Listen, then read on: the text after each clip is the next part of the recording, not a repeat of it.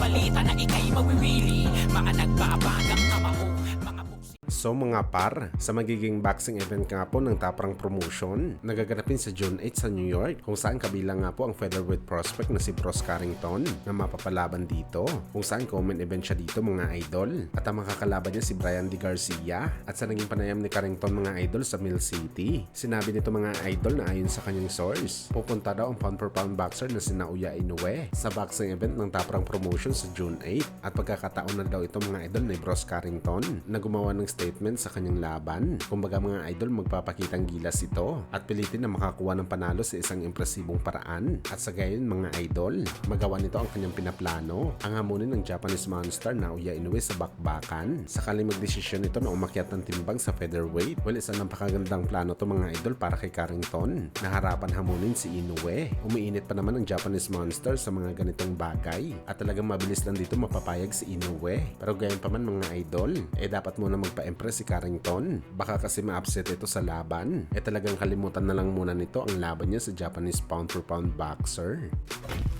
Samantala sa naging article nga po ng World Boxing News noong nakaraan lamang, tinitingnan nila bilang next na potensyal na laban para kay Manny Pacquiao ang WBC interim champion at soon to be full champion na ng WBC sa welterweight na si Mario Barrios bilang huling laban ni Pacman bago ito magretero for good, kung saan sa ngayon mga idol, may bagong option na naman si Pacman kapag talagang bumalik ito sa bakbakan sa pro. Ito nga mga idol ang mapalaban sa WBA regular champion na si Imantes Estañones na soon to be WBA super champion na kapag binaklas kay Terence Crawford ang titulo. Sa katunayan nga nito mga idol, natanong pang head coach na Estañones na si Marvin Sumudjo na sakali maglaban daw talaga ang kanyang alaga at ang ating pambansang kamao Manny Pacquiao para sa WBA title. Ano ba daw ang kanyang gagawin mga idol? Well, direktang ang sinagot ni Coach Marvin na hindi daw siya magiging party sa laban na to. Kumbaga mga idol, out siya dito dahil obvious naman daw mga idol na gusto nito mabigyan ng magandang laban sa Estañones bilang kanyang unang alaga na champion.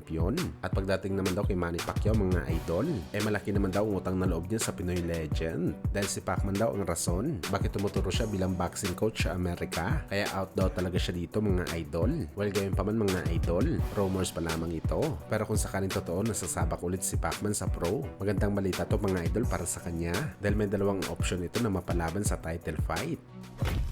Sa kabilang banda naman mga idol, matapos nga po mag-viral ang sinabi ni General Casimero na chip daw ang 1 million pesos na offer sa laban kay Jonas Sultan, nag-viral din po mga idol ang vlog ni Yumer Marshall kung saan pinakita nito mga idol ang bahay at kotse ni Sultan. Parang gustong sabihin lang nito mga idol na hindi totoo ang mga sinasabi ni Casimero na maliit lamang binabayad kay Sultan sa bakbakan. Jonas Sultan. Oh, pasok ka, idol. Thank you. Nakita mo ba yung mga sasakyan ko dyan? Yan. Oo nga, na-video ko na nga eh. Pagkita ko, yan. Ito yung unang mong Hilux, no? Oh, Ito yung pinakauna mo. oh, yan. Tapos saan yung bago dyan ngayon?